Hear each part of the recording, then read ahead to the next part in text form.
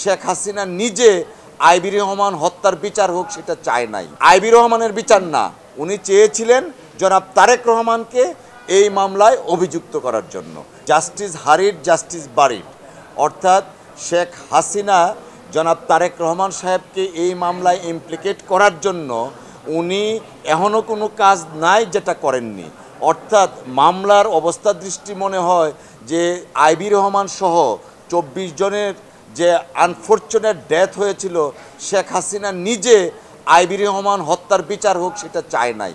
কেন চায় না? এই মামলাটা যদি আপনারা নথি দেখেন, মামলা তাড়াতাড়ি করা দেখেন, মামলার যে বিষয়বস্তু দেখেন এবং যেভাবে মামলাটা পরিচালিত করেছে, এই মুফতি হান্নানকে স্বীকারোক্তিমূলক জবানবন্দি দিয়ে, আব্দুল কাহার আকন্দ যিনি আওয়ামী লীগের মনোনয়ন পেয়ে নির্বাচন করেছেন তাকে দিয়ে, অর্থাৎ উনি চেয়েছেন। ওয়ালটন এখন দেশের সীমানা পেরিয়ে পৌঁছে গিয়েছে 50টিরও বেশি দেশে। ওয়ালটন, ঘরে ঘরে বিশ্বজুড়ে। আইবি রহমানের বিচার না, উনি চেয়েছিলেন জনাব তারেক রহমানকে এই মামলায় অভিযুক্ত করার জন্য। এই কারণে বললাম justice hurried justice buried. Thank you.